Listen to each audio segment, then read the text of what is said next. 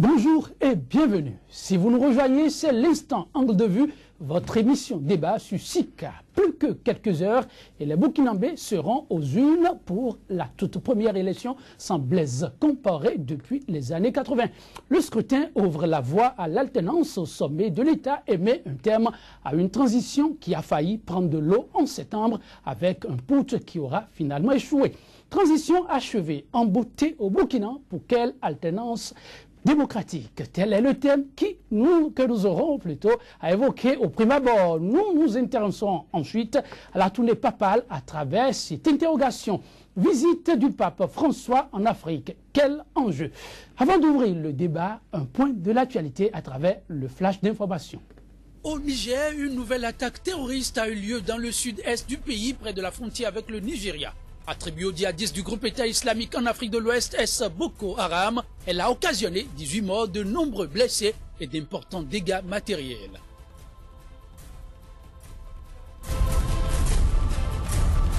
En Centrafrique, la transition politique est prolongée jusqu'au 31 mars 2016. Ainsi en a décidé le récent sommet extraordinaire de la CEAC, la Communauté économique des États de l'Afrique centrale. Cette prolongation viserait à éviter la vacance du pouvoir au cours du processus électoral.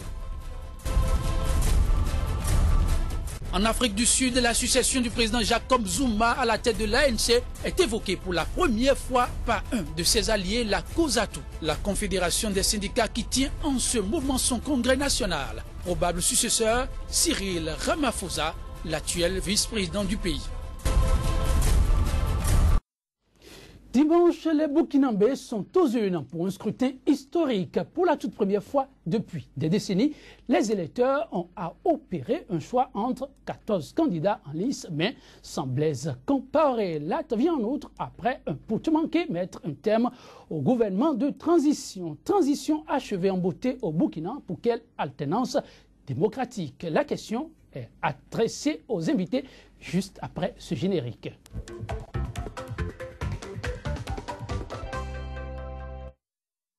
Le décryptage de ce jour se fera avec Hébert Ouingbo, journaliste, éditorialiste et directeur de publication du bi-hebdomadaire éditorial et chroniqueur honoraire à la presse du jour. Hébert Ouingbo, bonjour. Bonjour, excellent table. J'ai également sur ce plateau Maître Sadiko Alao, expert en gouvernance, observateur avisé de la vie politique nationale et internationale, président de GERDES Afrique. Maître Sadiko Alao, bonjour. Bonjour, cher. Eh bien, Ouingbo, dans quelques jours, le gouvernement de transition va rendre son tablier. Pour quels résultats notables à son actif, à votre avis? Je vous remercie. D'abord, il faut aller au temps T0 et fouiller dans les thèmes de référence ou le cahier de charge de la transition.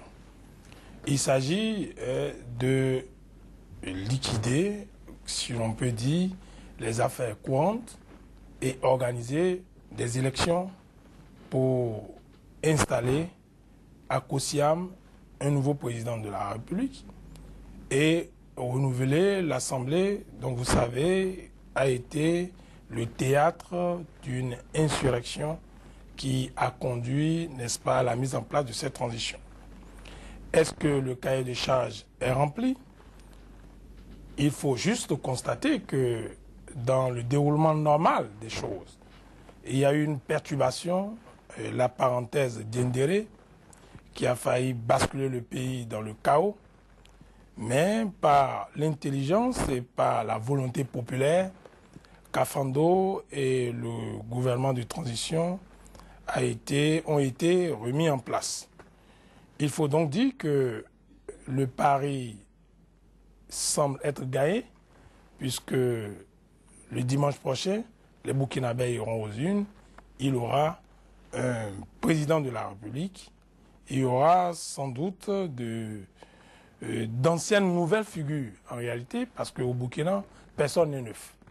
On ne dirige pas un pays comme Compaoré l'a fait pendant plus de 27 ans, pour dire qu'on trouvera un homme neuf. D'une manière ou d'une autre, il y aura un président qui a pactisé pendant l'ère Compaoré.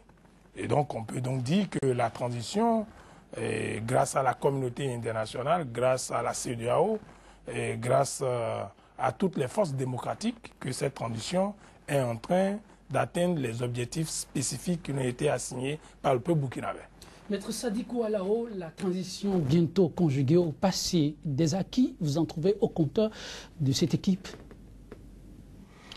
Bien, mais je crois qu'il faut commencer d'abord par rendre hommage à ce qu'on considère comme le passé, notamment le président Blaise Compaoré, qui, en dépit de tout ce qu'on peut lui reprocher en matière ou dans la manière de s'accrocher au pouvoir, a quand même promu une certaine élite.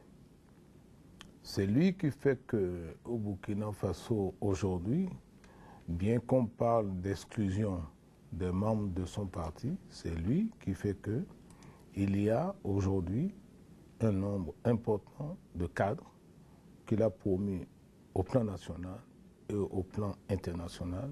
Ces cadres qui peuvent aujourd'hui, malgré ce qu'on appelle l'exclusion, assurer la relève de manière digne et de manière à être à la hauteur des enjeux. Alors, on peut dire, peut-être qu'il y a quelque chose où malheur est bon. Il faut indiquer que c'est un aspect de la bonne gouvernance que de promouvoir la relève.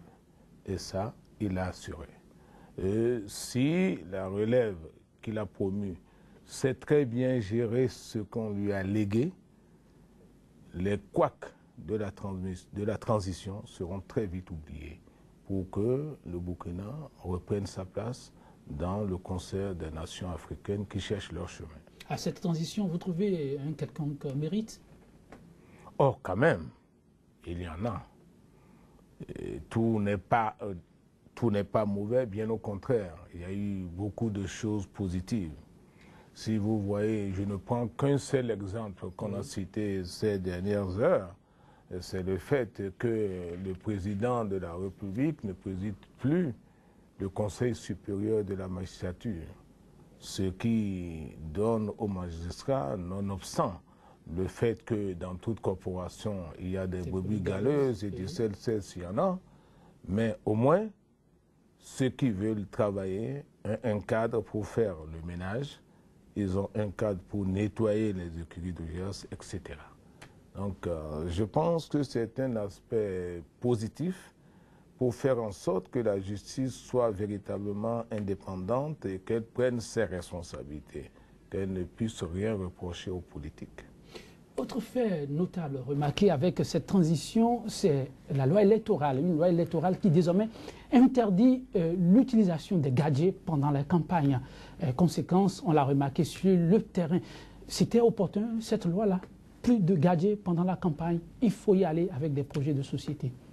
Oui, le Burkina a essayé d'harmoniser sans doute son code électoral, bien avec le Bénin.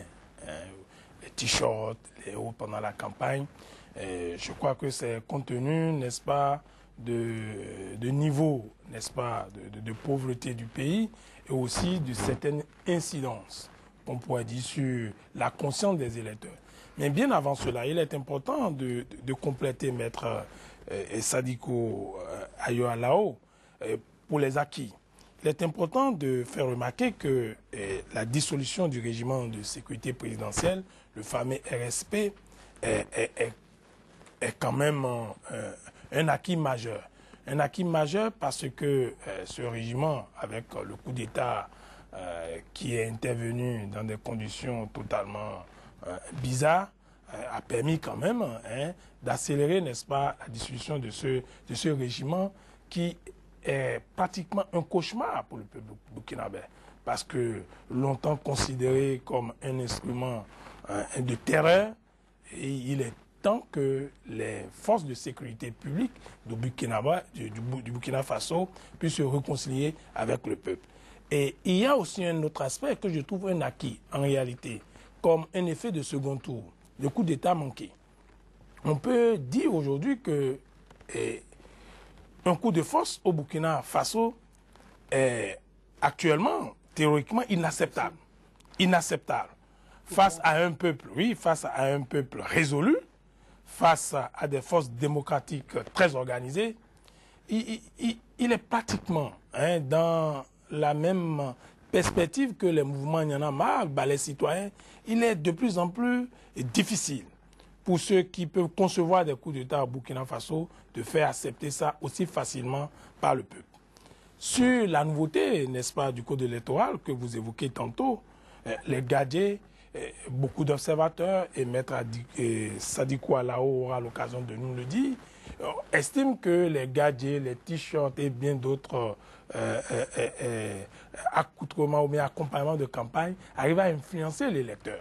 Ce n'est peut-être pas moi mon point de vue, mais bon, en supprimant cela et en laissant place au débat, à la confrontation des projets de société, à la confrontation des idées, on peut estimer que l'électeur aura tout l'éclairage nécessaire pour opérer un choix responsable.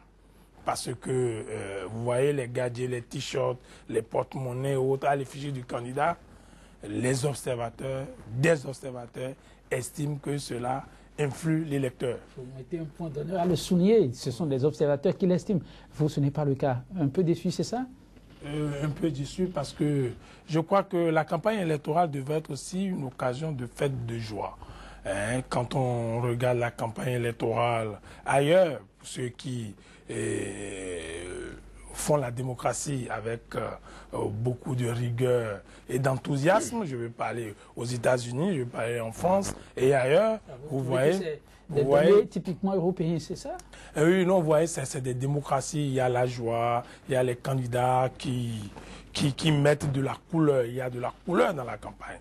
L'absence de gadgets, l'absence de tous ces effigies, comme de la morosité. Une morosité, une monotonie, où les plateaux de télévision se succèdent sur des sujets qui finalement donnent du piment beaucoup plus pour les intellectuels que pour, n'est-ce pas, l'opinion publique. Mais ça dit quoi là, sans vouloir vous prêter des intentions, j'imagine que vous ne devez pas être d'avis avec ce qu'il dit là. Des gadgets, leur absence crée de la morosité et casse un peu le rythme des campagnes. Bon, je crois qu'il faut regarder le problème des élections de manière beaucoup plus approfondie. En fait, nous avons adopté un système de consultation de nos populations qui n'est pas vraiment en adéquation avec notre culture et notre niveau de développement. Si vous regardez bien dans les sociétés africaines, comment on consultait le peuple? Et ça se faisait comment? Pour avoir son opinion. Dans la région ouest africaine, on vous parlera souvent de lab à palab, des classes d'âge et des différentes catégories socio-professionnelles. C'est comme ça que traditionnellement, les Africains arrivaient. Mais aujourd'hui, les choses ont évolué. Peut-être du fait de la colonisation et du mimétisme ambiant. Parce que, n'oubliez pas, qu'il y a des pays africains qui ont essayé d'autres modes de consultation du peuple. Parce qu'il y a eu des instituts pour la démocratie qui ont fait des études et qui ont eu à publier leurs travaux. Et certains travaux ont été mis en œuvre en pratique. Au Nigeria, ça a été fait.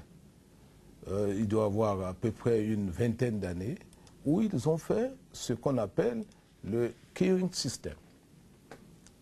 Ils ont organisé des élections par localité en disant notamment dans les quartiers, pour les 3 candidats, les têtes de liste par quartier se mettent en place. Et les électeurs qui, s'ils ont été corrompus la nuit, sont obligés de se dévoiler au grand jour, qui se mettent derrière les candidats qu'ils soutiennent. Aujourd'hui, c'est encore possible d'aller vers ces données? Très facile, si l'on divise les secteurs.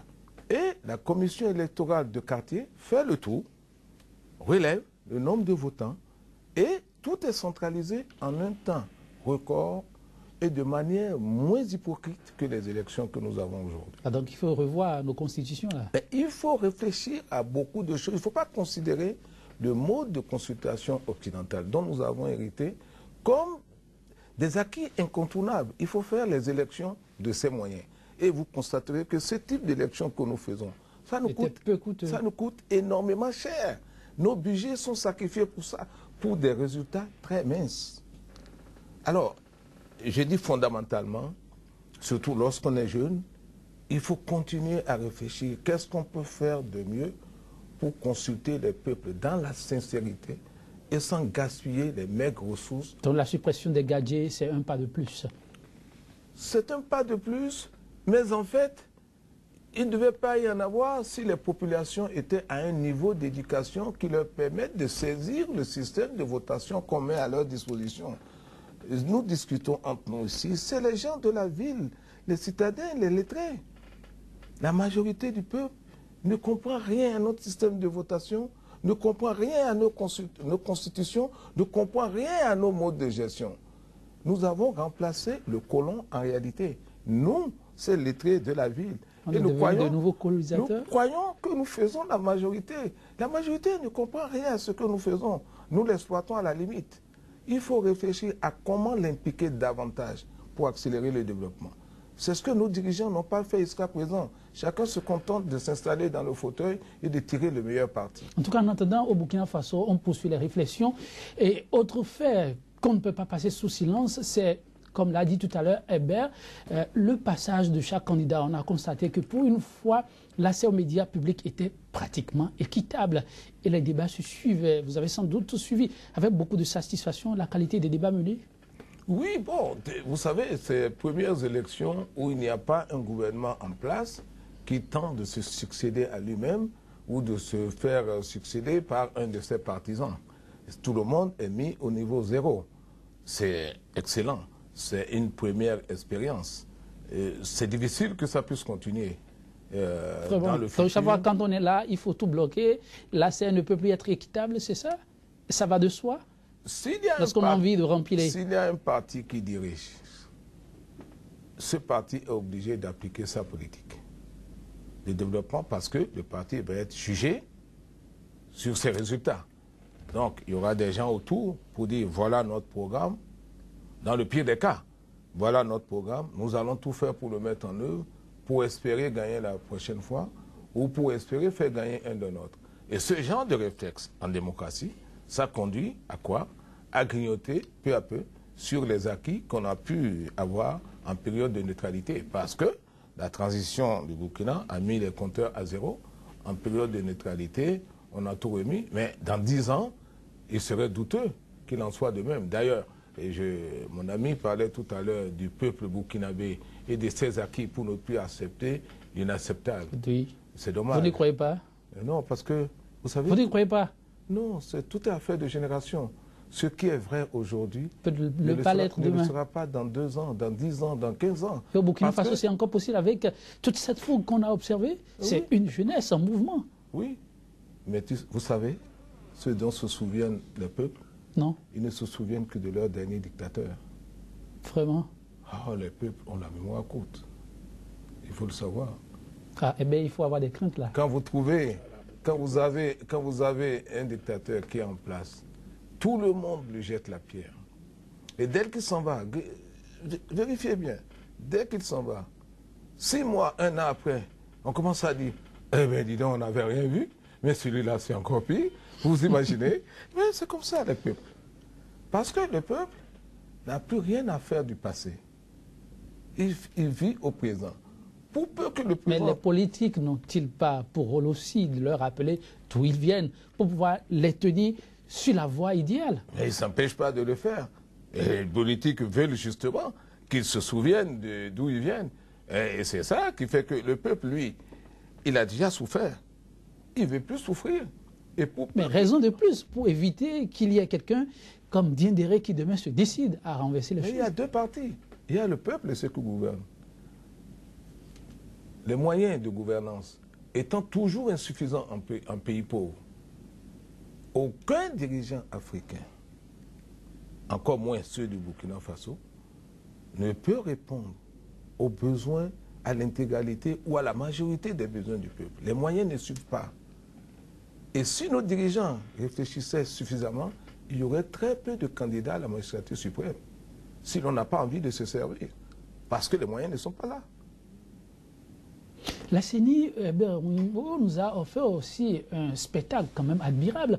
Pour une fois, contrairement à ce à quoi on assiste habituellement, on a une CENI qui ne s'est à aucun moment plaint de ceux qui, eux, les moyens ne sont pas disponibles. Bien au contraire, la CENI était sur tous les fronts, prêt même à jouer le rôle des hommes politiques. Puisqu'on a vu cette CENI organiser des assises, de rencontres avec la population, leur expliquer pourquoi il faut aller voter, ce qui relève en principe des prérogatives des acteurs politiques. Et ça dit que c'est le pouvoir qui fait qu'on assiste régulièrement à tous les imbroglios observés financiers. Je veux dire, on dit chaque fois qu'il n'y a pas de moyens pour pouvoir permettre à la CENI d'organiser les scrutins comme cela se doit.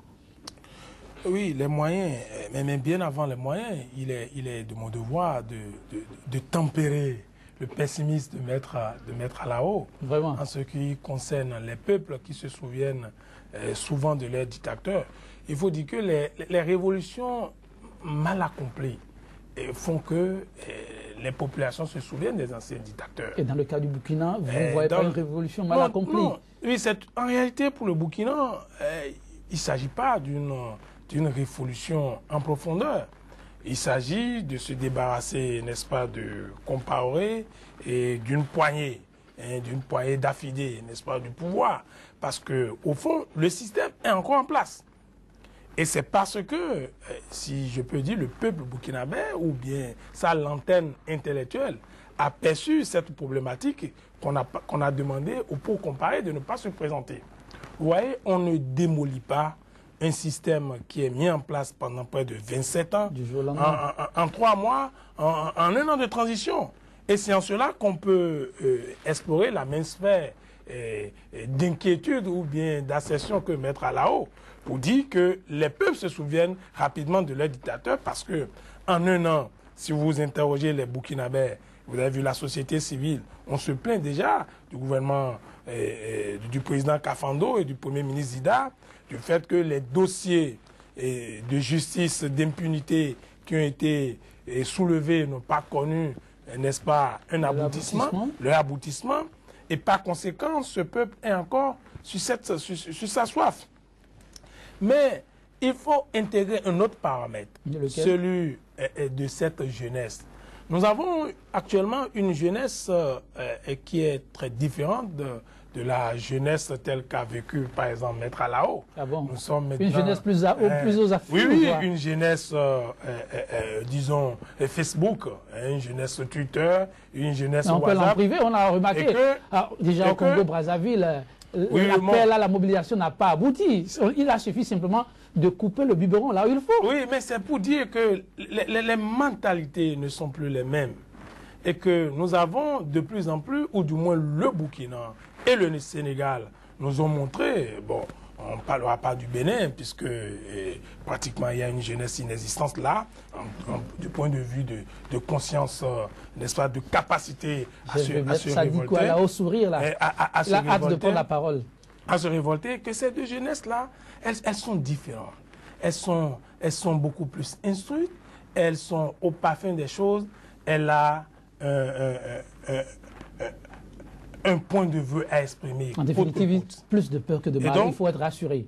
Non, il faut être rassuré. Il faut être rassuré que ce qu'on attend beaucoup, les exigences des peuples pour les gouvernements de transition, pour même les gouvernements démocrates, et même pour le président qui sera élu au Burkina Faso, les exigences sont nombreuses. Mais ça dit quoi là-haut? Vous êtes aussi rassuré pour l'alternance démocratique. Cette marche, avec tout le travail fait, la CENI qui a fait son travail sans coup féri, c'est rassurant pour un scrutin crédible.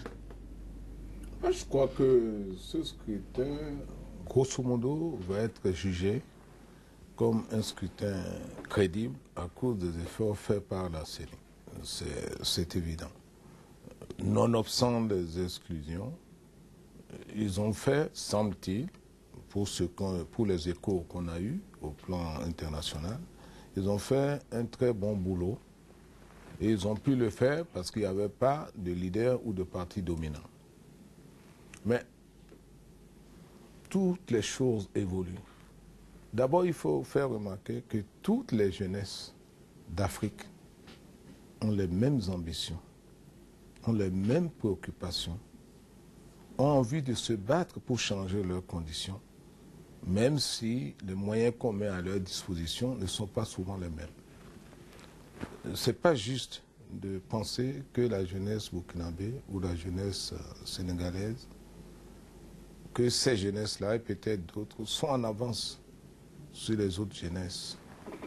Et pourquoi ça ne marche pas ailleurs? Internet est à la disposition de tout le monde. Toutes les jeunesses de nos pays.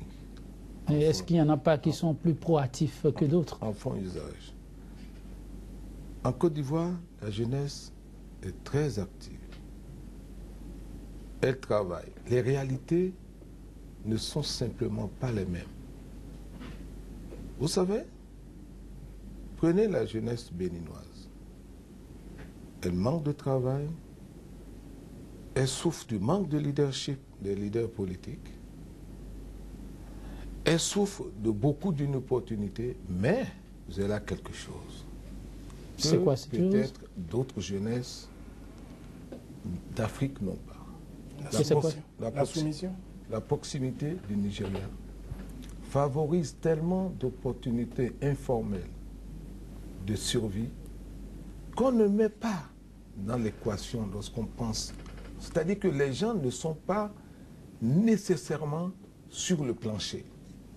Les gens ont beau souffrir, il y a... Et ça aide à tempérer les ardeurs, c'est ça? Sans oublier la solidarité. Vous savez, il y a beaucoup de Béninois qui vivent simplement des relations de famille ou des relations tout court. Il y a les opportunités du secteur informel. Si vous prenez le cas du Sénégal, les opportunités du secteur informel qui s'offrent à la jeunesse sont loin de ressembler à ce qui se passe dans des pays comme le Bénin. Et revenons au sujet, dites, comment entrevoyez-vous ce scrutin? Il sera un scrutin à un tour pour rappeler l'expression consacrée, un coup KO, ou il y aura un second tour probablement? Oh, enfin, tous ceux qui ont fait des pronostics jusqu'à présent ont prévu un deuxième tour. Personne n'a prévu un coup KO. Eh bien, Wimbo, vous êtes aussi dans la même logique. Enfin, mes dernières lectures.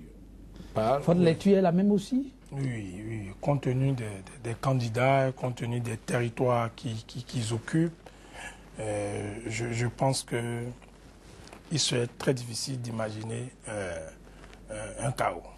Un second tour, le jeu est ouvert au Burkina Faso. Quant au prochain scrutin, mesdames, messieurs, ce sera tout pour notre premier débat du jour. Tout de suite, le second thème au menu, mais avant, un nouveau point de l'actualité.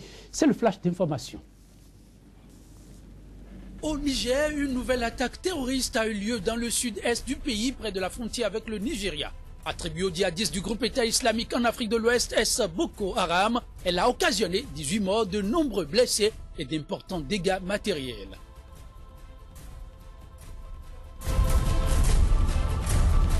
En Centrafrique, la transition politique est prolongée jusqu'au 31 mars 2016. Ainsi en a décidé le récent sommet extraordinaire de la CEAC, la Communauté économique des États de l'Afrique centrale. Cette prolongation viserait à éviter la vacance du pouvoir au cours du processus électoral.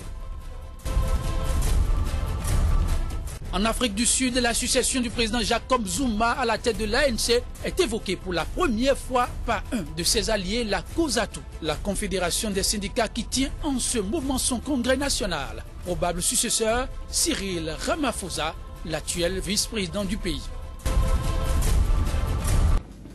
Pour la première fois de son pontificat, le pape François a posé le pied en Afrique. C'était mercredi à Nairobi pour une visite qui le fera parcourir respectivement le Kenya, l'Ouganda et la Centrafrique. Une tournée papale qui n'est certainement pas sans gain. Enjeu de la visite du pape François en Afrique. Nos invités vont s'y pencher juste après ce générique.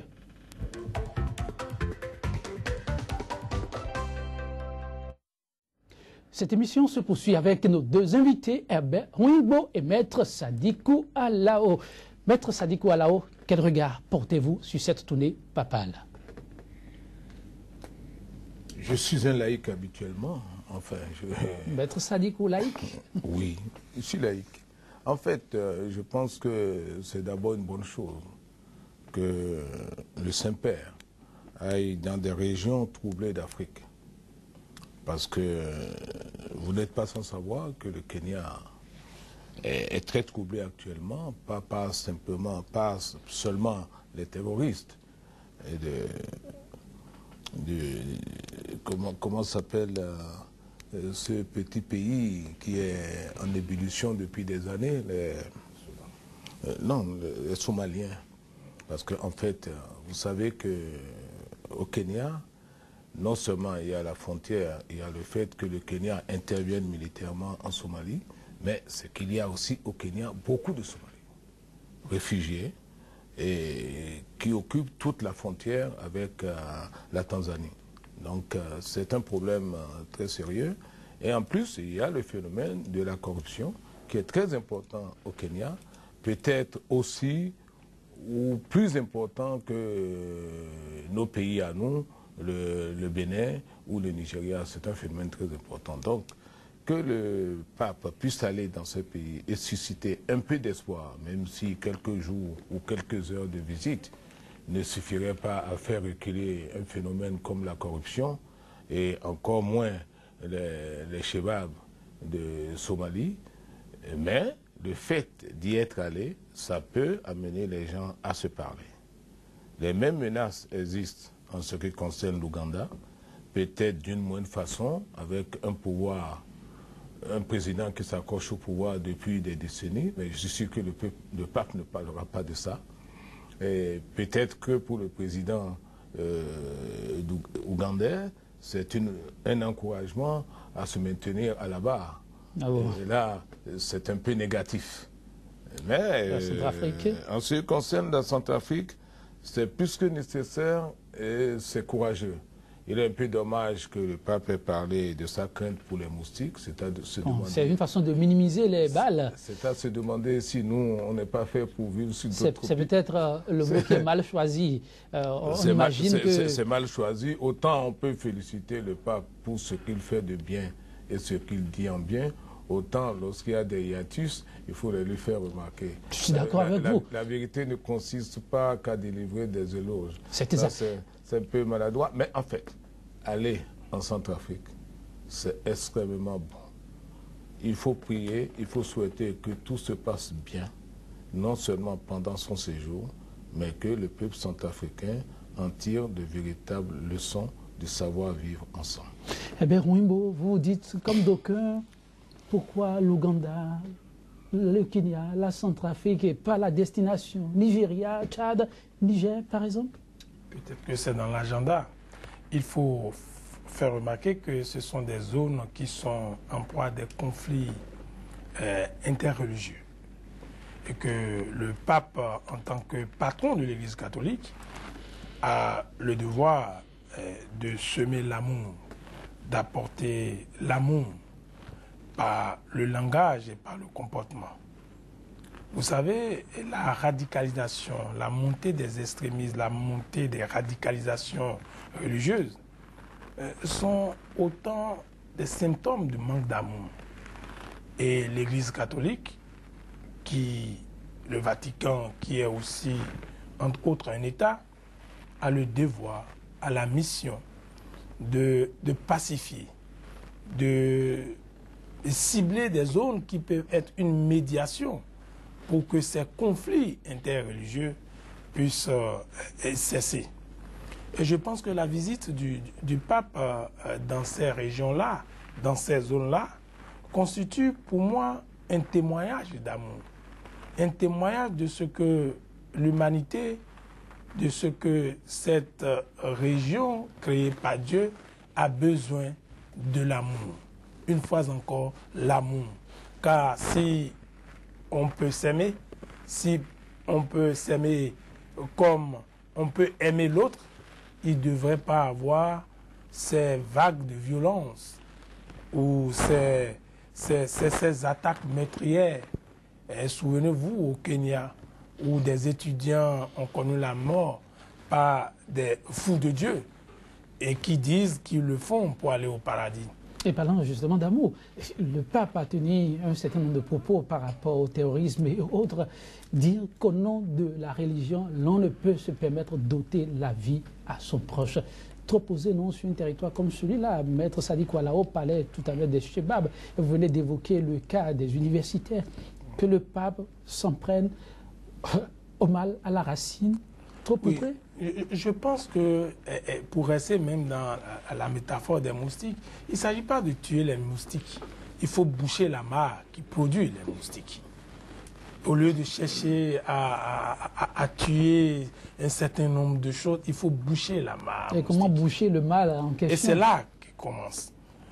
On ne peut pas comprendre comment des enfants de Dieu peuvent tuer d'autres enfants de Dieu au nom de Dieu. Ce sont des indisciplinés, disent-ils. Et non, ce sont des gens que la société a laissés à eux-mêmes. Il faut reprendre la question du terrorisme, il faut l'analyser de façon apaisée. Il s'agit de repenser les structures. Il faut reprendre l'idéologie, n'est-ce pas, de ses frères en Christ ou en Allah qui se marginalisent pour dire qu'ils vont ailleurs, qu'ils veulent aller rencontrer Dieu en tuant d'autres enfants de Dieu. Il faut revoir toutes les structures qui les accueillent. Il faut revoir le discours. Il faut agir sur ce discours. C'est ça qui me semble être essentiel. Ce ne sont pas les bombes, ce ne sont pas les porte-avions, ce ne sont pas les grandes coalitions. Tout ça, ce sont des effets, auront des effets conjoncturels. Il faut agir sur les structures. Justement, dans cette logique, Maître Sadi Koualao, ça a été une parole suffisamment, des propos suffisamment doux, peut-on remarquer à travers son intervention appelant à plus de solidarité. Pensez-vous que les djihadistes pourront comprendre ce message ou au contraire prendre ça comme un affront? Désormais, ils ont montré qu'ils peuvent aller frapper partout. Et quand on s'y attend le moins, le Vatican désormais en danger ou en ce qui concerne le Saint-Père, il peut faire exception à la règle? Non, il faut qu'on resitue le débat parce que ce soit en Centrafrique ou encore dans le premier pays visité, c'est-à-dire le Kenya, les problèmes ne sont pas des problèmes de religion. Ce sont des problèmes politiques, des problèmes économiques et des problèmes sociaux. Ce n'est pas parce que... On ne peut pas fermer les yeux sur les attaques fratricides qu'on a observées. Des musulmans qui abattent des chrétiens qui tuent des musulmans et les attaques des Chebab. Vous m'excuserez, ce ne sont pas des problèmes religieux. Ce sont des problèmes économiques. Ce sont des problèmes sociaux. Bon, les concernés brandissent comme argumentaire problème religieux, juste pour endormir, c'est ça? Ce n'est pas parce que quelqu'un vous dit qu'il est djihadiste. Djihadiste, le djihad, c'est la guerre sainte. Ce n'est pas parce que quelqu'un dit qu'il fait une guerre sainte que ses motivations sont effectivement des motivations religieuses. Donc c'est point endormi quand ils évoquent le djihadisme. Non, ça, il ne peut pas dire qu'ils sont servis du diable pour être suivis par les naïfs qui les suivent. Il faut... Donc une stratégie communicationnelle dans le langage. Il faut qu'ils arrivent à endoctriner un certain nombre de personnes et les mettre à leur service. Parce que si vous regardez ce qui se passe au niveau de ce qu'on appelle les djihadistes, et qui sont théoriquement, ou qui devraient être théoriquement des musulmans. Mais ceux qu'ils tuent le plus, ce sont d'abord des musulmans. Mais ils disent qu'ils ne respectent pas les prescriptions. Mais lorsque vous allez dans un village, que vous massacrez tous les musulmans qui y sont... Jusqu'à égorger l'alpha, mais le premier des prêtres. L'imam, jusqu'à égorger, comme vous dites. Quel examen vous avez fait pour savoir que ceux-là ne sont pas des musulmans authentiques ou ne sont pas plus musulmans que vous? À part votre désir de tuer et de discréditer le régime qui est en place. À défaut de pouvoir égorger le régime qui est en place, on égorge tous les autres parce qu'ils n'ont pas quitté le gouvernement pour rejoindre les rangs des égorgeurs. Ce n'est pas un problème de religion. Il a dit tout à l'heure des fous. Même pas de Dieu, c'est simplement des fous. Le problème, c'est qu'il veut discréditer ceux qui sont en place. Le message du pape, justement, c'est plus à la solidarité. Vous pensez qu'à cette étape-là, ceux-là, ils arriveront à comprendre de ces genres de langage? Parce que finalement, on se demande qui peut être leur interlocuteur valable. Les gens veulent bien discuter avec eux. Tout ce qui est important, à mon avis, oui, et qui peut faire réfléchir les djihadistes, comme on les appelle, c'est le courage du pape d'être allé dans ces régions troublées sans avoir peur des risques que cela lui fait courir. Et c'est ça qui peut faire réfléchir. C'est-à-dire qu'en dépit, ils se diront, en dépit de toutes les menaces que nous faisons peser, cet homme sans armes, avec sa soutane blanche, il vient quand même chez nous ses propos. Parler de paix et d'amour. Ce qui n'est pas rien. C'est très important. Quand ils voient des militaires, ils se disent, voilà notre vis-à-vis, notre alter ego, nous allons nous battre. Mais voilà quelqu'un qui vient les mains nues. Et qui, au lieu de venir avec les armes de l'Occident, vous dit, parlez-vous les uns des autres. Aimez-vous, vous n'avez pas besoin de vous entretuer. Il évite même de parler de musulmans et de chrétiens. Parce qu'il comprend le fond du problème. En Centrafrique, c'est une lutte pour le pouvoir. Ne vous y trompez pas. C'est une lutte pour le pouvoir. On mêle finalement à cela des problèmes ethniques et religieux. Même Samba, qui est la présidente de transition, si les anti-Balaka avaient, ce qu'on appelle comme ça, avaient la possibilité de l'égorger pour confisquer le pouvoir, ils le feront. Ce n'est quand ils disent théoriquement qu'ils sont contre les musulmans qui sont venus du Tchad, qui ont envahi le pays. Mais parmi ceux qui sont anti-Balaka, il y a des éléments venus du Tchad et qui égorgent au même titre. Le pape, dans son intervention, n'a pas parlé que de terroristes. Il a aussi dénoncé de nouvelles formes de colonialisme et demande à ce que l'on sache raison garder. Nouvelles formes de colonialisme, vous le voyez? C'est nous, je vous le disais tantôt sans être pape. C'est nous de la ville lettrée là.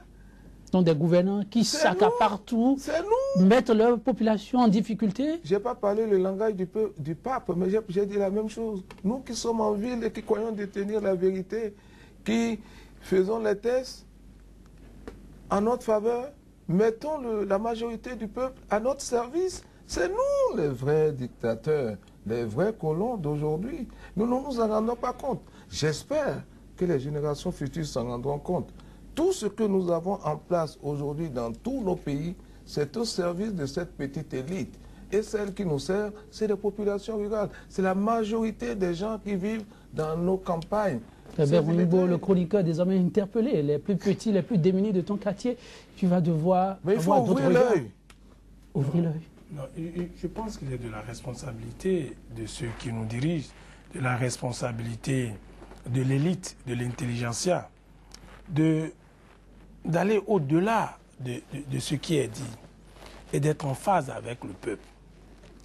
Et toutes ces discriminations qui conduisent à la mise en œuvre, n'est-ce pas, de pratiques déplorables, et tout cela est dû au fait que ceux qui ont reçu comme mission de propager la parole de Dieu, je parle de Dieu, donc j'englobe tout le monde, ne font pas assez. Ne font pas assez. Que ce soit les imams, que ce soit les prêtres catholiques, que ce soit les évangélistes, que ce soit les prêtres de nos couvents, ils ne font pas assez pour redonner vie, pour respecter la vie, pour respecter Dieu en fait, car nous avions été créés à l'image de Dieu. Parce que nous avons été créés à l'image de Dieu, il n'est pas sain, il n'est pas décent que nous puissions continuer à faire souffrir nos semblables. Et finalement... Continuer à faire s'ouvrir ses semblables, eh bien, Wimbo le permet. De l'autre côté, on indique que le temps est pratiquement terminé. Ce sera tout donc, mesdames, messieurs, pour ce numéro de votre émission Angle de vue. Chers invités, merci bien à vous. Mesdames, messieurs, l'édition est pratiquement terminée. Le plus magnifique don, comme hôtel, on puisse faire, c'est l'amour, le vrai. Et c'est sur cette citation de Jean de La Fontaine que je m'en vais prendre congé de vous. Chers auditeurs, téléspectateurs, excellent donc suite de programme en compagnie de SICA, la chaîne d'information en continu. Merci et à très bientôt.